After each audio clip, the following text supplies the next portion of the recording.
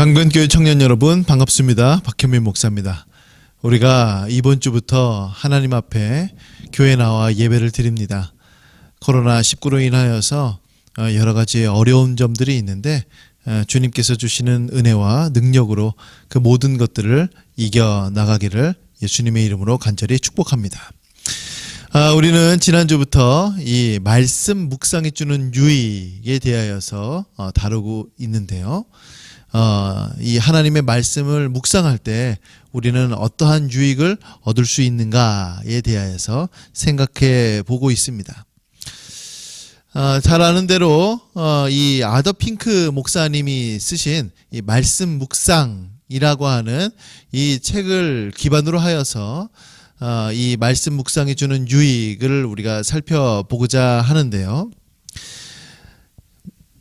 만약에 성경이 우리에게 참된 유익이 되는 것은 바로 무엇이냐면 디모데후서 3장 2절의 말씀과 같이 모든 성경은 하나님의 감동으로 된 것으로 교훈과 책망과 바르게 함과 의로 교육하기에 유익한 것이었습니다. 이렇게 우리가 교훈도 받고 책망도 받고 바르게 함과 의로 교육함을 받는 이유는 바로 무엇이냐면 모든 선한 일을 행할 능력을 갖추기 위함인 것이죠. 바로 그리스도인으로서 그리스도인답게 이 세상 안에서 살아가기 위한 어떤 영적 스펙을 우리는 쌓아야만 한다. 그것을 위하여 성경이 우리에게 매우 큰 유익을 준다라고 하는 사실입니다. 그 중에서 10가지가 있었어요. 우리가 지난주에는 죄에 대하여서 살펴봤고 이번 주에는 하나님에 대하여서 우리가 살펴보고자 합니다. 우리가 하나님에 대하여서 알아야 되는데 하나님을 어떻게 알 수 있을까요? 눈에 보이지도 않고 만질 수도 없는 그 하나님을 우리는 어떻게 알 수가 있을까요? 먼저 하나님은 초자연적인 분이시다는 사실을 우리가 잊어서는 안 됩니다. 그것을 기억해야만 합니다. 그러므로 자연적인 방법이 아닌 초자연적인 방법으로만 하나님을 알 수 있다는 사실입니다. 그건 바로 무엇이냐면 첫 번째로는 초자연적인 계시로 기록된 성경입니다. 디모데후서 3장 16절에는 이렇게 말씀하고 있죠. 모든 성경은 하나님의 감동으로 된 것이다. 하나님께서 쓰셨다라고 하는 사실입니다. 물론 성경 66권 안에는 여러 명의 저자들이 있습니다. 그러나 놀라운 것은 무엇이냐면 그 66권 그리고 몇 천 년 동안 쓰여진 또 여러 명 그 다양한 사람들이 쓴 성경이 매우 통일성 있게 쓰여졌다는 사실입니다. 그리고 중심 메시지가 항상 동일하다는 사실이죠. 그래서 우리는 성경은 바로 하나님께서 사람을 사용하셔서 여기서 나온 표현대로라면 하나님의 감동하심을 입은 그 사람들을 통하여서 성경이 기록되었습니다. 그러니까 성경은 자연적인 것이 아니에요. 성경은 일상적인 것도 아니고 성경은 누구나 다 생각하고 고안해낼 수 있는 것이 아니라 바로 하나님께서 주시는 초자연적인 계시다는 사실입니다. 자, 두 번째로는 초자연적인 조명, 바로 성령님의 조명하심이 필요합니다. 고린도후서 4장 6절에 보면 어두운데 빛이 비추라 말씀하셨던 그 하나님께서 예수 그리스도의 얼굴에 있는 하나님의 영광을 아는 빛을 우리의 마음에 비추셨다고 말씀하죠. 그러니까 우리의 마음 가운데 우리의 마음은 너무나도 어두워서 초자연적인 계시인 성경을 봐도 깨닫지를 못하는 겁니다. 초자연적인 계시인 성경을 우리가 눈여겨보고 고민하고 애쓰고 부단히 연구해도 자연인인 우리는 그것을 해석해내고 그 안에 있는 진리를 발견할 수가 없습니다. 그러나 성령께서 우리의 마음 가운데 조명하여 주시고 밝은 빛을 비춰주시고 진리의 영이 우리와 함께 있을 때에 우리는 성경, 초자연적인 그 방법으로 기록된 그 성경을 우리는 깨달을 수가 있는 것입니다. 여러분, 이 유대인들이 있습니다. 예수님 당시에 이 바리새인들이 있었죠. 자, 이 사람들은요, 우상 숭배를 배격했던 사람들입니다. 이 사람들은 성전에서 제사를 지냈던 사람들이고요. 이 사람들은 율법을 강해했고 유일신 신앙을 수호했던 사람들입니다. 그래서 유대인들은 종교 자체가 하나님을 믿는 종교였어요. 이제 문제는 무엇이냐면 이 사람들에게 예수님께서는 뭐라고 말씀하셨냐면 바로 요한복음 8장 19절입니다. 이에 그들이 묻되, 바리새인들이 물었던 것이죠. 내 아버지가 어디 있느냐? 예수께서 대답하시되 너희는 나를 알지 못하고 내 아버지도 알지 못하는도다. 나를 알았더라면 내 아버지도 알았으리라고 말씀하십니다. 분명히 이 사람들이 하나님을 모르는 것도 아니고 율법을 늘 항상 강해하고 가르쳤던 그 사람임에도 불구하고 예수님께서는 너희들이 하나님 아버지를 모른다 라고 이렇게 말씀하시는 것이죠. 자, 요한복음 8장 54절부터 55절에는 이렇게 말씀합니다. 예수께서 대답하시되 내가 내게 영광을 돌리면 내 영광이 아무것도 아니거니와 내게 영광을 돌리시는 이는 내 아버지시니 곧 너희가 너희 하나님이라 칭하는 그이시라. 너희는 그를 알지 못하되 나는 아노니 만일 내가 알지 못한다 하면 나도 너희같이 거짓말쟁이가 되리라. 나는 그를 알고 또 그의 말씀을 지키리라고 말씀하십니다. 그러니까 분명히 예수님께서는 그들을 향하여서 너희는 하나님을 모른다라고 말씀하고 계세요. 그들은 성경을 소유했습니다. 그들은 성경을 열심히 탐독했어요. 그것을 하나님의 말씀으로 경청했습니다. 그러나 그런 사람들에게 너희는 하나님을 모른다라고 이렇게 말씀하시죠.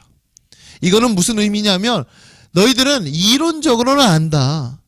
너희들은 성경이 그 자국어로 되어 있기 때문에 거기서 나타난 하나님에 대해서 알고 있지. 그러나 영적으로는 하나님을 전혀 모른다.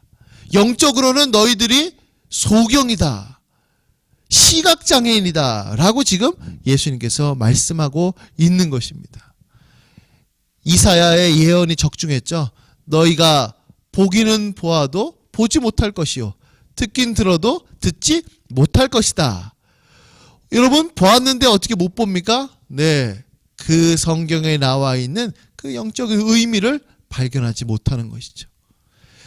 성경 말씀이 설교가 내 귓가에 들리는데 도대체 무슨 말인지 못 알아듣는 것, 그것이 바로 영적인 소경인 것입니다. 이러한 어떠한 증상들이, 이와 같은 모습들이 우리 교회 안에서도, 기독교 안에서도 종종 있습니다. 그렇기 때문에 여러분, 우리는요 성령님의 조명하심이 절대적으로 필요합니다. 성령님의 조명하심이 없이는 결단코 성경을 확인할 수가 없는 것이죠. 성경을 깨달을 수가 없는 것입니다. 그러므로 우리는 이 두 가지, 초자연적인 하나님을 알기 위하여서는 초자연적인 계시인 성경, 그 다음에 초자연적인 조명하심, 성령, 이 두 가지를 늘 항상 염두에 두고 하나님을 알아가야만 할 것입니다. 자, 그럼 성령의 조명하심을 통하여 말씀을 바르게 묵상하면 어떤 유익을 얻을 수 있을까요? 하나님의 요구를 명확히 인식할 수가 있습니다. 창조주와 피조물 사이에 빚어지는 가장 큰 갈등이 뭐라고 생각하시나요? 그것은 바로 무엇이냐면 주도권 싸움입니다. 주도권 싸움이에요. 하나님께서 요구하시는 것과 내가 요구하는 것, 그 주도권 싸움인 것입니다. 사탄이 타락하게 된 이유는 자기 주인에게, 그러니까 하나님이시죠, 그 하나님에게 복종하는 일을 못마땅하게 여겼어요. 그리고 그것에 대하여서 화를 냈습니다. 그래서 타락의 원인이 거기에 있는 거예요. 이사야서 14장 13절부터 14절은 보통 우리가 사탄에 대한 표현으로 많이 인용하고 있는데요. 내가 내 마음에 이르기를 내가 하늘에 올라 하나님의 뭇별 위에 내 자리를 높이리라. 내가 북극 지폐의 산 위에 앉으리라. 가장 높은 구름에 올라가 지극히 높은 이와 같아지리라 하는도다. 여기서 말하는 지극히 높은 이는 당연히 하나님이시죠. 그러니까 사탄이 지극히 높으신 하나님과 동등되게 그 주도권에서 내가 하나님이다 라고 하는 그것을 지금 요구하고 그래서 타락하게 된 것입니다. 여러분, 첫 조상을 멸망하게 한 그 뱀의 거짓말은 무엇이었냐면 동일해요.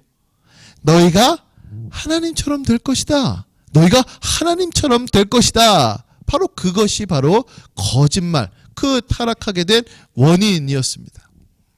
욥기 21장 14절부터 15절에는 이렇게 말씀하죠. 그러할지라도 그들은 하나님께 말하기를 우리를 떠나소서. 우리가 주의 도리 알기를 바라지 아니하나이다. 전능자가 누구이기에 우리가 섬기며 우리가 그에게 기도한들 무슨 소용이 있으려 하는구나. 네, 우리 안에 이 죄악된 모습이 가득한 모습 속에서는 자꾸 이것이 나는 거예요. 하나님 떠나십시오. 하나님, 나는 하나님과 상관없이 살겠습니다. 전능자가 누구이기에 우리가 주님을 섬기고 우리가 그분이 누구이기에 주님 앞에 기도합니까? 나는 그런 거 싫습니다. 라고 하는 것이 죄악된 모습의 특징이죠. 자, 예레미야서 2장 31절에 보면 너희 이 세대여 여호와의 말을 들어보라. 내가 이스라엘에게 광야가 되었었느냐? 캄캄한 땅이 되었었느냐? 무슨 이유로 내 백성이 말하기를 우리는 노였으니 다시 주께로 가지 아니하겠다 하였느냐? 네. 우리가 이제 노였어요. 이제 자유케 됐습니다. 그러니 주님께 가지 않겠다라고 지금 이렇게 얘기하는 거죠. 자, 또 하나 보겠습니다. 시편 12편 4절에 보니까 그들이 말하기를 우리의 혀가 이기리라. 우리 입술은 우리의 것이니 우리를 주관할 자 누구리요 함이로다. 네. 아니 내 입술이 내 건데 내 마음대로 하지 나를 주관할 사람이 누가 있느냐라고 지금 이렇게 얘기하는 거죠. 네, 주도권 싸움인 것입니다. 여러분, 죄는요 하나님과 우리를 분리시키는 것입니다. 하나님과 우리를 분리시키는 거예요.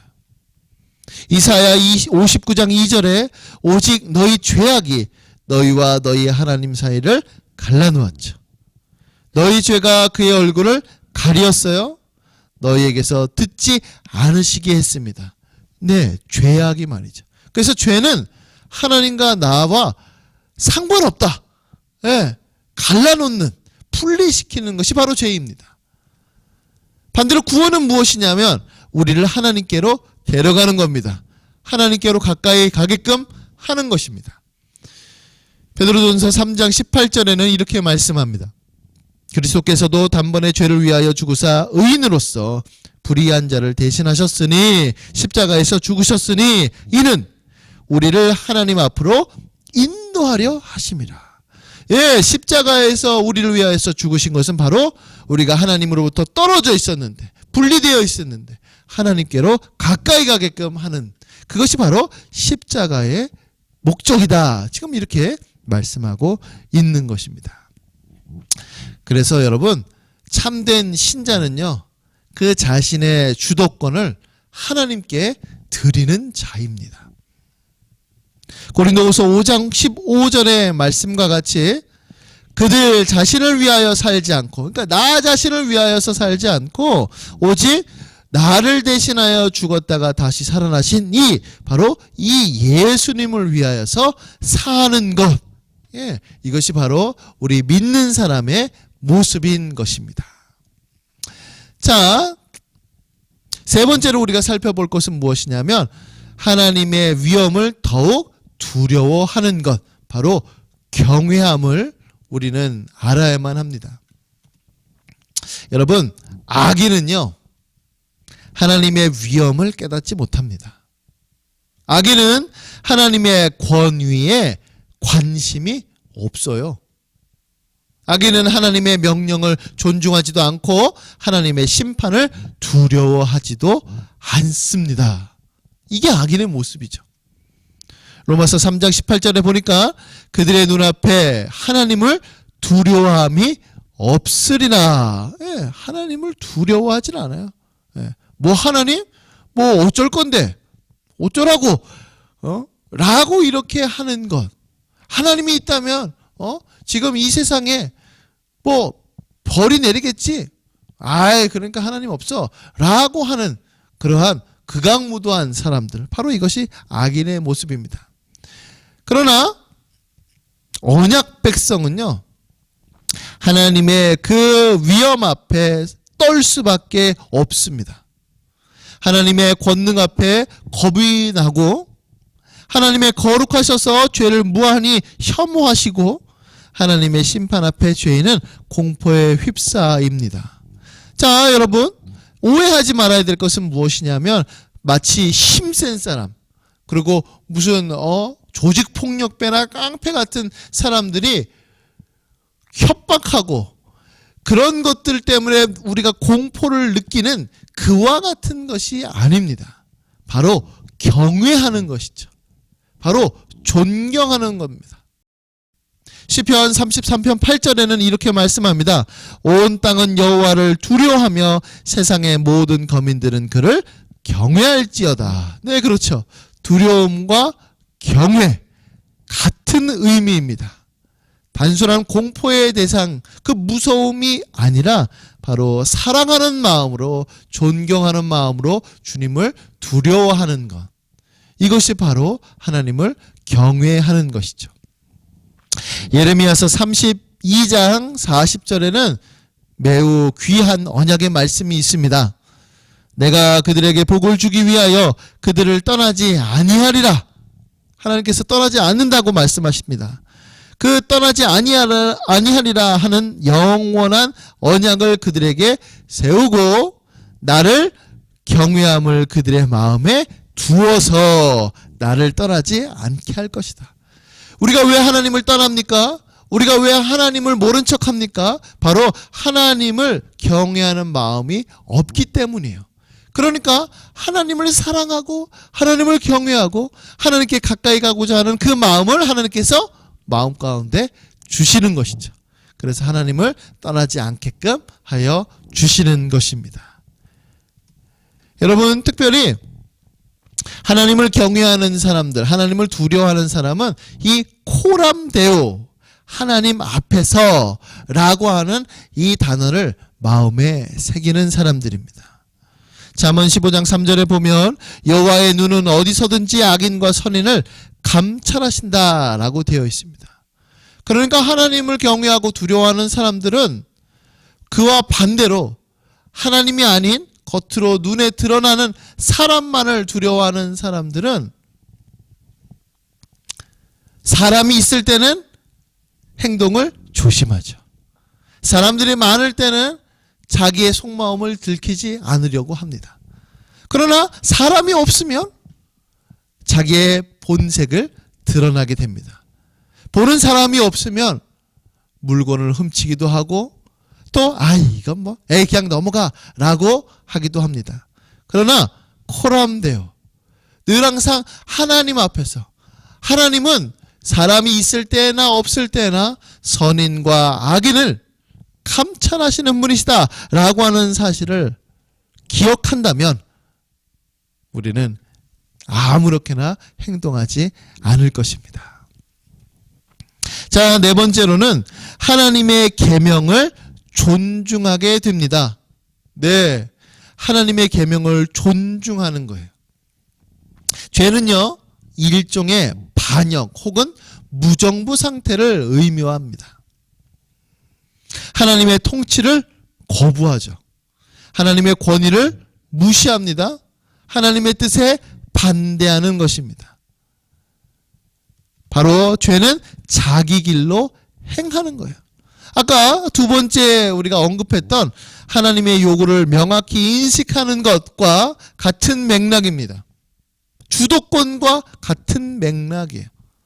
그러니까 주도권을 하나님께 두면 하나님의 계명을 지키는 것이고, 주도권을 나한테 두면 내가 원하는, 내가 뜻하는, 내가 계획하는 그것들을 따르는 것입니다. 의인은 하나님의 율법을 따라갑니다. 히브리서 8장 10절에는 이렇게 말씀하죠. 또 주께서 이르시되 그날 후에 내가 이스라엘 집과 맺을 언약은 이것이니 내 법을 그들의 생각에 두고 그들의 마음에 이것을 기록하리라. 네, 하나님께서 우리와 은혜 언약을 맺으셨는데, 그 은혜 언약을 맺으셨을 때 그 마음 가운데 무엇을 두신다고요? 하나님의 법, 율법을 그들의 마음속에 기록해 버리신다는 겁니다. 그러니까 하나님의 마음속에 하나님을 경외하는 마음도 심으시고, 우리의 마음속에 우리의 마음속에 하나님을 경외하는 마음도 심으시고, 우리의 마음속에 하나님의 법 자체를 완전히 기록해 버리는 거예요. 그래서 하나님의 뜻대로 살고 싶어 하게끔 만드시는 거죠. 로마서 7장 22절에는 이렇게 표현합니다. 내 속사람으로는, 그러니까 예수님 믿는 사람 얘기하는 거예요. 하나님의 법을 즐거워합니다. 네, 하나님의 법을 즐거워하게끔 만드는 거예요. 그게 바로 하나님의 법을 마음에 기록한, 바로 그와 같은 표현입니다. 예수님은 자기 백성을 율법의 저주에서 해방하셨어요. 그러나 율법의 명령에서 해방하신 것은 아닙니다. 율법의 저주는 뭐죠? 율법을 지키면 상을 받고, 율법을 지키지 않으면 저주를 받고, 그래서 벌을 받고, 그래서 그 율법을 지키지 않은 것으로 인하여서 죽음과 영원한 사망에 이르게 되는 것, 이게 바로 율법의 저주인데, 예수님의 그 십자가로 인하여서 그 율법의 저주가 우리에게서 떠났습니다. 그렇다고 해서 그 율법을 지키지 않아도 된다라고 하는 의미는 아니라고 하는 것이죠. 자, 예수님은 자기 백성을 하나님의 진노에서 구원하셨습니다. 그러나 하나님의 통치에서 벗어나게 하신 것은 절대로 아닙니다. 여러분, 마태복음 5장 17절에는 이렇게 말씀합니다. 내가 율법이나 선지자를 폐하러 온 줄로 생각하지 말라. 폐하러 온 것이 아니요 완전하게 하려 한다. 그리스도를 향한 그 기쁨의 마음, 그리스도를 향한 그 사랑의 마음은 아름다운 말이나 어떤 기쁨의 감정을 표현하는 것으로도 될 수 있지만, 더 궁극적으로는 바로 무엇이냐면 그분의 계명을 지키는 거예요. 예. 하나님 사랑합니다. 하나님 감사합니다. 하나님 너무 좋아요. 라고 우리가 말하고 또 찬양하고 즐겁게 떠들고 있지만은, 그러나 그와 같은 모습에서 더 나아가 하나님의 계명의 말씀을 지키는 것이죠. 그래서 요한복음 14장 15절에는 너희가 나를 사랑하면 나의 계명을 지키리라. 이 말씀을 기억해야만 합니다. 예. 자꾸만 우리가 찬양하다 보면 특별히 이와 같은 착각에 빠질 때가 있어요. 뭐냐면 막 찬양하고, 그래서 그 노랫소리 때문에 감정이 이렇게 격해지면, 아, 내가 정말 하나님 사랑하지. 예, 그것이 거짓 고백이라고 나는 생각하지 않아요. 그런데 그것만이 전부다라고 생각하면 큰 오산입니다. 그렇죠? 그 감정에 복받친 것이 나의 삶 가운데에 드러날 수 있도록 우리는 최선을 다해야만 합니다. 요한일서 2장 6절에는 그의 안에, 그러니까 예수님 안에 산다고 하는 자는 예수님이 행하시는 대로 자기도 행하여야 합니다. 로마서 13장 10절에는 사랑은 이웃에게 악을 행하지 아니하나니 그러므로 사랑은 율법의 완성이죠. 예, 우리는 율법의 그 완성을 향하여 달려가는 것입니다. 물론 율법을 완성하신 분은 예수님입니다. 우리는 예수님의 그러니까 예수님께서 율법을 완성하신 것처럼 그렇게 우리는 살아갈 수는 없는 건 맞아요. 그러나 그것을 향하여, 그것을 목표 삼아서 우리는 달려가는 것입니다. 자, 다섯 번째로는 하나님의 충분함을 확고히 신뢰해야만 합니다. 바로 믿음에 관한 것이죠. 인간은 무엇이든지 가장 신뢰하는 것이 바로 그가 섬기는 신입니다. 예, 다른 게 없어요. 그러니까 내가 내 힘을 의지하면 그 사람의 신은 자기의 힘이고, 권력이면, 돈이면, 아니면 그 어떤 것이든 그가 의지하고 신뢰하는 그것이 바로 그가 믿는 신입니다. 여러분은 누가, 그 무엇을 가장 신뢰하고 의지하고 있나요? 한번 곰곰이 생각해 보시길 바랍니다. 난 누구를 의지할까? 말은 하나님 의지한다라고 하는데 급할 때 또 갑작스럽게 순간순간 다른 것을 의지하고 있지는 않은지, 어떠한 그 물건들을, 어떠한 그 손에 잡히는 그것을 의지하고 있지는 않은지 한번 생각해 보시기를 바랍니다. 신자는요, 하나님께서 자신의 필요를 채워주시고 지켜주시고 축복해 주시는 것에 의존합니다. 신자는 보이지 않는 하나님의 자원을 보고 볼 수 없는 하나님께 의존하며 숨겨진 그분의 팔에 기대됩니다. 여러분, 제가 왜 이 보이지 않고 볼 수 없고 숨겨진 것에 밑줄을 그었냐면, 우리는 눈에 보이는 것에 관심이 가게끔 되어 있어요. 우리는 눈에 보이는 것이 먼저 손에 닿게 되어 있습니다. 이것이 바로 우리의 연약함이에요. 그러나 하나님은 볼 수가 없고 만질 수도 없고 숨겨져 있는 분이세요.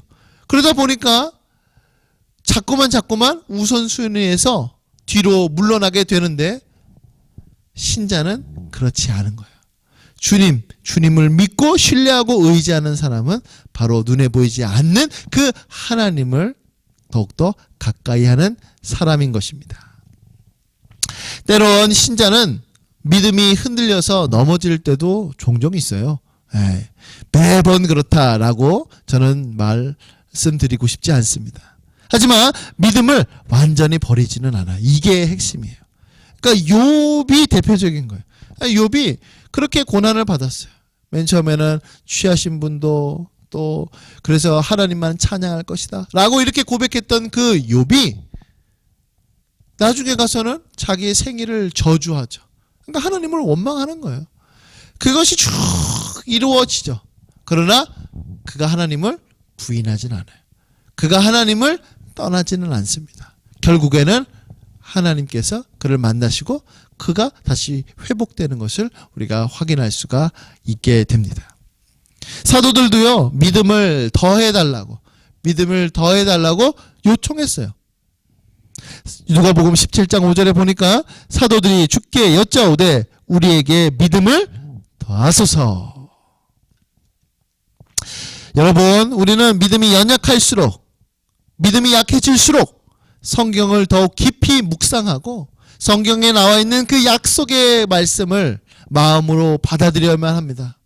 만약에 우리가 그렇게 되면 우리의 믿음은 더욱더 강건해질 것입니다. 하나님을 더욱더 신뢰하게 될 것이며 우리의 확신은 더욱더 깊어질 것입니다. 자, 여섯 번째로 하나님의 완전하심을 기뻐합니다. 인간은 무엇이든지 가장 기뻐하는 것이 바로 그가 섬기는 신입니다. 아까 전에는 가장 의지하고 가장 신뢰하는 그것이 바로 섬기는 신이다라고 얘기했죠. 이 같은 맥락입니다. 그러니까 그것을 의지하고 신뢰하니까 기뻐하는 것이죠. 네, 기뻐하는 것이 바로 그가 섬기는 신입니다. 가련한 세상 사람들은요, 자신이 추구하고 기뻐하고 소유한 것에 만족을 찾으려고 해요. 본질은 무시하고 헛된 그림자만 쫓는 형국입니다. 하지만 그리스도인은 하나님의 영광을 바라고 즐거워합니다. 시편 37편 4절 말씀과 같이 또 여호와를 기뻐하라, 즐거워하라. 그가 내 마음의 소원을 내게 이루어 주시리라. 시편 27편 4절 말씀, 제가 정말로 좋아하는 말씀인데요. 내가 여호와께 바라는 한 가지 일, 그것을 구하리니 곧 내가 내 평생의 여호와의 집에 살면서 여호와의 아름다움을 바라보며 그의 성전에서 사모하는 그것이라. 그러니까 이 다윗이 내 평생에 바라는 것이 한 가지, 여러 가지가 있을 수 있죠. 그러나 궁극적으로는 정말로 하나다. 다른 거는 이것에 비하면 아무것도 아니다. 한 가지가 있는데 그것은 바로 무엇이냐면 하나님의 집에서 사는 거예요. 그러면서 하나님의 아름다우심을 바라보고 하나님을 사랑하는 것입니다.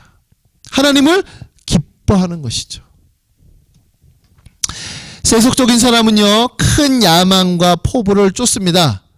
그러나 거듭난 영혼은 하나님의 아름다움을 추구합니다. 왜요? 바로 하늘에서는 주 외에 누가 내게 있으리요, 땅에서는 주밖에 내가 사모할 리 없다. 시편 73편 25절의 고백과 같습니다. 여러분, 한번 질문해 보겠습니다. 말씀 묵상을 통해 지금 현재 유익을 얻고 계시나요? 이 세상이 주는 쾌락이 허무하게 느껴지십니까? 하나님 외에 다른 어떠한 것도 복되지 않음을 여러분 깨닫고 있어요? 나의 마음이 하나님께 더욱더 가까이 가고 계십니까? 항상 하나님만을 생각하십니까? 하나님 안에서 나의 영혼이 만족을 느낀다 라고 이렇게 고백하고 있습니까? 이런 것들을 여러분들이 깨닫고 있다면 말씀 묵상을 제대로 하고 있는 거예요. 성경 지금 제대로 읽고 있는 겁니다. 우리가 지난주에 했던 대로 성경을 많이 읽었어요. 1독, 2독, 3독, 아니 100독 했어요. 성경의 지식들은 많이 쌓여져만 가는데 이와 같은 하나님이 아닌 이 세상에서의 얻는 쾌락이 더 좋으면 그거는 성경을 지금 제대로 읽고 있지 않는 것입니다. 자, 이 부분에 대하여서 하박국 선지자는 이렇게 노래합니다. 자, 하박국 3장 17절부터 19절 말씀인데요. 우리가 너무나도 잘 알고 있는 찬양입니다. 뭐라고 말하냐면 비록 무화과나무가 무성하지 못하대요. 포도나무의 열매가 없답니다. 감람나무에 소출도 없고요. 밭에 먹을 것도 없고 우리의 양이 없고 외양간에 소가 없답니다. 그러니까 없어요. 아무것도 없어요. 없고. 그러면 우리 안에 무슨 생각이, 보통 어떤 생각이 드나요? 불행하다. 행복하지 않다. 정말로 힘들다. 라고 하는 생각을 갖게 될 것입니다. 그러나 하박국 선지자는 뭐라고 얘기하냐면 그런 것이 없을지라도 나는 여호와로 말미암아 즐거워한다. 나의 구원의 하나님으로 말미암아 기뻐한다 라고 말을 하는 겁니다. 왜요? 이유가 뭐죠? 주 여호와는 나의 힘이시라. 나의 발을 사슴과 같게 하사 나를 나의 높은 곳으로 다니게 하십니다. 여러분, 이 말씀은 무엇이냐면 우리가 부모님이 계시고 혹은 부모님이 아니어도 상관없어요. 애인이어도 좋고 친한 친구여도 좋고 누가 됐든지 간에 누군가가 내게 선물을 줍니다. 그러면 너무 좋겠죠. 그렇죠? 그 선물을 보면서 너무 좋을 겁니다. 그러나 여러분, 그 선물을 선물이 좋지만 그러나 궁극적으로는 뭐죠? 이 선물을 준 그 사람, 그 대상이 좋은 거죠. 만약에 그 선물만 좋다면 그 대상이 누가 되든 아무런 상관이 없는 것입니다. 그러니까 그 대상을 좋아하고 그 대상을 사랑하면 비록 그가 내게 선물을 주지 않아도 그가 지금은 내게 있어서 많은 것들을 허락하지 않으셔도 그것 때문에 슬퍼하거나 낙심하지 않는 거예요. 바로 지금 하박국 선지자가 그와 같이 노래하는 것입니다. 자, 7번째는 바로 무엇이냐면 하나님의 섭리, 하나님의 섭리에 더욱 복종하는 것입니다. 여러분, 일이 잘 안 풀릴 때 투덜거리는 거 너무 자연스럽죠? 그러나 평안을 유지하는 것은 초자연적인 일입니다. 여러분, 계획대로 안 될 때 실망하는 것은 자연스러워요. 그럼에도 하나님의 약속을 믿고 순응하는 것은 초자연적인 일입니다. 사랑하는 사람이 죽었을 때 하나님께 반항심을 품는 것은 자연스러운 일이에요. 그럼에도 주시니도 여호와시요 거두시니도 여호와시니 여호와의 이름이 찬송을 받으실지이다 라고 고백하는 것은 초자연적인 일입니다. 그러니까 자연적인 일과 초자연적인 일들이 있어요. 그러니까 내 안에서 혹은 내 삶 가운데 여러 가지 일들이 벌어지고 있는데 내가 이해되지 않는 부분들이 분명히 존재합니다. 그것 때문에 원망하고 그것 때문에 슬퍼하는 것, 그것 때문에 때로는 하나님 앞에 반항심을 갖는 것, 그거는 자연스러워요. 그러나 그것을 믿고 의지하고 그것 때문에 하나님께 실망하는 것이 아니라 하나님을 더욱더 신뢰함으로 나아가는 것은 초자연적인 일, 하나님을 믿는 믿음 안에서 생겨나는 일입니다. 그래서 여러분 또 질문을 할게요. 말씀 묵상을 통해서 유익을 얻는 것은 바로 무엇이냐면 하나님의 방식이 최선이라고 생각하는 겁니다. 하나님의 섭리에 온전히 복종할 수 있게 되는 거예요. 이해가 잘 안 되는 일도 주님의 계획이시겠지라고 믿습니다. 안 좋은 일도 합력하여서 선을 이루실 걸로 믿는 거예요. 모든 일에 하나님께 감사를 드릴 수 있게 되는 것입니다. 네, 그러니까 성경을 통하여서 성경을 읽으면서 얻게 되는 유익은 무엇이냐면 내 안에 겪게 되는 수많은 안 좋은 것들, 슬픈 것들, 어떤 고난들, 그것 때문에 하나님께 원망하고 하나님께 불평불만을 토론하는 거 자연스러워요. 그러나 성경을 통하여서 아니지. 하나님께서 계획하심이 있다. 하나님은 선하신 분이다. 하나님의 섭리를 믿자라고 하는 생각이 드는 것. 이것이 바로 성경 읽기가 우리에게 가져다 주는 유익인 것이죠. 여러분, 다윗이 이렇게 노래했습니다. 내가 여호와를 항상 송축하며 내 입술로 항상 주를 찬양하리이다. 여러분, 이거는 시편 34편 1절 말씀인데요. 이 말씀에 표제가 있어요.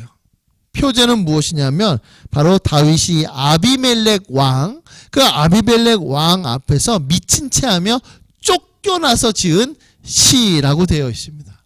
그러니까 지금 쫓겨났어요. 지금 안정된 생활이 있는 것이 아닙니다. 그럼에도 불구하고 하나님을 지금 찬양하고 있습니다. 왜요? 이유가 뭐죠? 자기에게는 없고 없는데 하나님이 계시기 때문에, 하나님께서 함께 하시기 때문에, 하나님께서 나를 붙잡고 계시기 때문에 그는 하나님을 찬양할 수 있는 것입니다. 자, 마지막으로 하나님의 선하심을 더욱 열정적으로 찬양해야만 합니다. 찬양은요, 하나님 안에서 누린 만족감이 마음에서 흘러나오는 것입니다.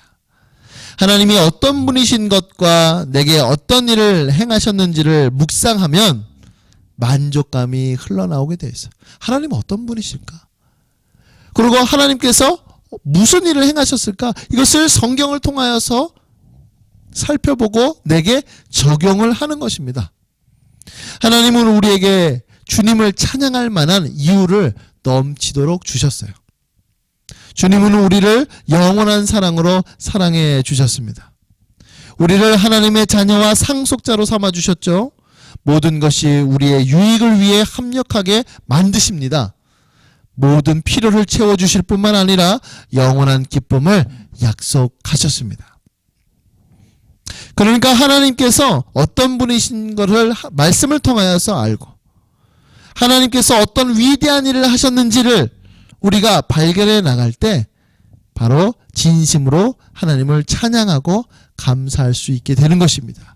이와 같은 생각들이 든다면 여러분들은 지금 성경을 잘 읽고 계시는 겁니다. 이와 같은 유익을 누리고 있다면 여러분들은 성경 읽기를 매우 훌륭하게 행하고 있는 것입니다. 자, 마지막으로 책 하나를 소개하겠습니다. 여러분, 세상에서 배울 수 없는 하나님을 아는 지식이라고 하는 책이 있습니다. 우리 아이들 영어도 알고 수학도 하는데 하나님을 얼마나 알고 있을까요? 한번 저는 채점 매겨봤으면 좋겠어요. 예. 하나님에 대한 지식이 얼마만큼 아는지 한번 시험을 봤으면 좋겠어요. 예. 그래서 여러분들 자녀들이 성적이 딱 나왔을 때 성적이 이만큼이야. 아이고 큰일 났다. 예. 내가 시험을 쳤을 때 성적표를 딱 보고서 아이고 어떡하지 큰일 났다. 그런 것처럼 우리도 한번 성경 하나님을 아는 지식에 대하여서 한번 시험을 봤으면 좋겠어요. 그래서 자기가 어느 정도 지금 상황인지를 좀 알았으면 좋겠습니다. 오늘 배운 내용 다시 한번 복습하겠습니다. 우리는 하나님에 대하여서 알아야만 하는데요. 성경의 하나님을 아는 거죠.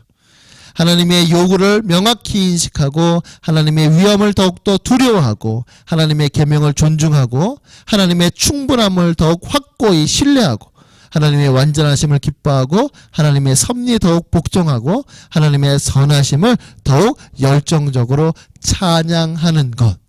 이것이 바로 성경을 통하여서 우리가 하나님에 대하여서 얻게 되는 바로 유익입니다. 말씀을 통하여서 우리가 이와 같은 유익을 얻으시기를 예수님의 이름으로 간절히 축복합니다. 그래서 이와 같은 지식을 통하여서 이 세상을 향하여 승리할 수 있기를 예수님의 이름으로 간절히 축복합니다.